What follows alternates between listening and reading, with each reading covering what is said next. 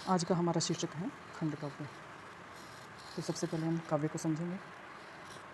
काव्य साहित्य का सर्वाधिक महत्वपूर्ण अंग होता है। आचार्य अभिनव गुप्त ने परिभाषा दी है, कवनीयम काव्य, यानी कि जो कुछ वर्णनीय है वही काव्य कहलाता है। आचार्य विश्वनाथ ने भी काव्य की परिभाषा देते हुए कहा है, वाक्यम रसात्मक काव्य, यानी कि रसयुक्त वाक्य ही काव्य कहलाता है। बात करते हैं काव्य के प्रकारों की। काव्य है मुख्यतः दो प्रकार का होता है। ठीक है, काव्य के दो भेद कर सकते हैं, एक तो प्रबंध काव्य, दूसरा मुक्तक काव्य। पहले हम मुक्तक काव्य की बात करेंगे। मुक्तक काव्य काव्य का वह रूप होता है जिसमें कोई कथा नहीं होती, न ही कोई पूर्वापर बंधन होता है। प्रत्येक पद स्वतंत्र और स्वच्छंद होता है। इसके अंतर्गत गीति काव्य को हम ले सकते हैं। फिर हम बात करते हैं प्रबंध काव्य की। प्रबंध काव्य क्या होता है? प्रबंध काव्य काव्य या कविता का वह रूप होता है जिसमें एक कथा चलती है और वो पूर्वापर बंधनों से बंधा होता है और प्रत्येक पद दूसरे पद से श्रृंखला की भांति बंधा हुआ रहता है, यानी कि ये अपने आप में मुक्त नहीं होता। प्रबंध काव्य भी आगे चलकर हम इसके दो भाग या दो भेद कर सकते हैं। एक है महाकाव्य। महाकाव्य किसे कहते हैं?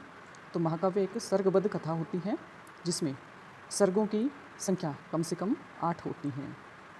इसमें नायक के संपूर्ण जीवन का चित्रण होता है, नायक के जीवन की जो अनुभूतियां हैं उनका चित्रण होता है। तो इसमें मुख्य कथा के साथ साथ प्रासंगिक या अवान्तर कथाओं का समन्वय भी होता है। उदाहरण के रूप में हम कह सकते हैं रामचरितमानस, जो कि तुलसीदास द्वारा रचित है, और आधुनिक अगर महाकाव्य की बात करें तो साकेत, जो कि मैथिली शरण गुप्त द्वारा रचित हैं। फिर हम बात करते हैं खंड काव्य की। खंड काव्य जैसा कि नाम से ही पता चलता है, खंड यानी कि अंश। तो खंड काव्य में और महाकाव्य में एक बहुत बड़ा अंतर होता है।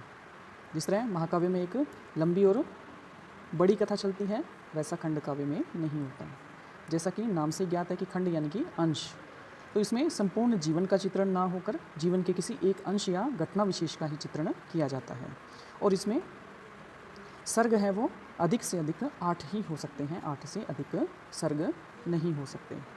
उदाहरण इसमें हम पंचवटी का उदाहरण ले सकते हैं, और दिनकर जी द्वारा रचित कुरुक्षेत्र एक खंड काव्य है।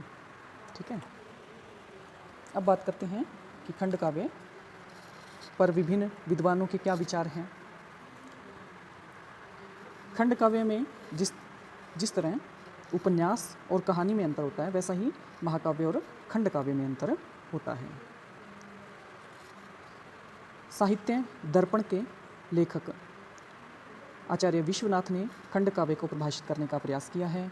उनके अनुसार काव्य के एक अंश का अनुसरण करने वाला काव्य खंड काव्य होता है, या जीवन के एक अंश का अनुसरण करने वाला काव्य खंड काव्य होता है।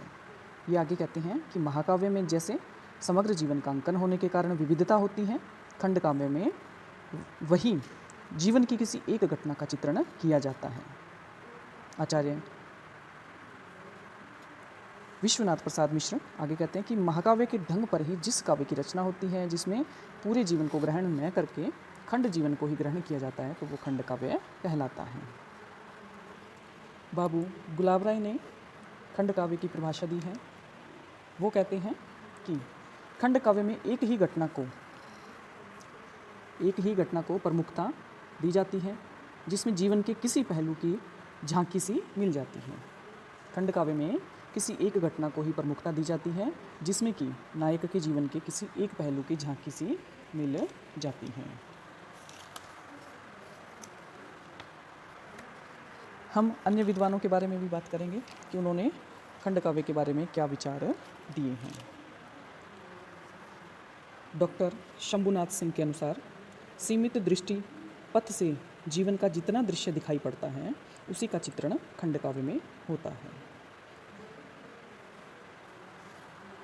सरनाम सिंह कहते हैं कि काव्य के एक अंश के अनुकरण करने वाले काव्य को खंड काव्य कहते हैं। जीवन के एक अंश के अनुकरण करने वाले काव्य को खंड काव्य कहते हैं। उसमें जीवन की पूर्णता अभिव्यक्ति नहीं होती, यानी कि उसमें पूरा जीवन अभिव्यक्त नहीं होता। तो इस तरह से खंड काव्य की विभिन्न विद्वानों ने अलग अलग परिभाषाएं दी हैं, जिसमें कि उसके सर्गों की संख्या के बारे में हमें जानकारी मिलती है कि इसमें अधिक से अधिक केवल 8 सर्ग ही होते हैं। दूसरी बात कि इसमें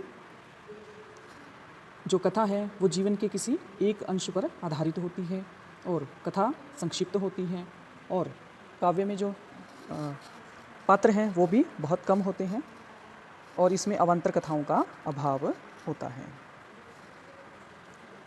तो इस तरह से हम इसकी विशेषताओं में ये चीज़ें दे सकते हैं, निष्कर्ष में ये चीज़ें दे सकते हैं कि खंड काव्य एक छोटी सी कथा होती है, जीवन के किसी एक अंश का चित्रण होता है, कम से कम पात्र होते हैं इसमें, और नायक है वो भी एक उच्च कुल में जन्मा हो ऐसा आवश्यक नहीं है। धीर ललित और धीर प्रशांत नायक भी इसमें लिए जा सकते हैं। और जहाँ तक वर्णन की बात है तो इसमें वर्णन के विस्तार का तो अवकाश ही नहीं होता, क्योंकि इसका जो आकार है वो संक्षिप्त होता है। सर्गों की संख्या 8 ही होती है, और इसमें एक लंबी कथा न चल के एक संक्षिप्त कथा है वो आती है। खंड काव्य के अगर विषय की बात करें तो विषय कोई विशिष्ट घटना ही हो सकती है, चाहे वो ऐतिहासिक हो चाहे वो पौराणिक हो। तो इस तरह से जो खंड काव्य है वो जीवन के किसी एक अंश का ही चित्रण होता है, संपूर्ण जीवन का चित्रण खंड काव्य में नहीं किया जाता।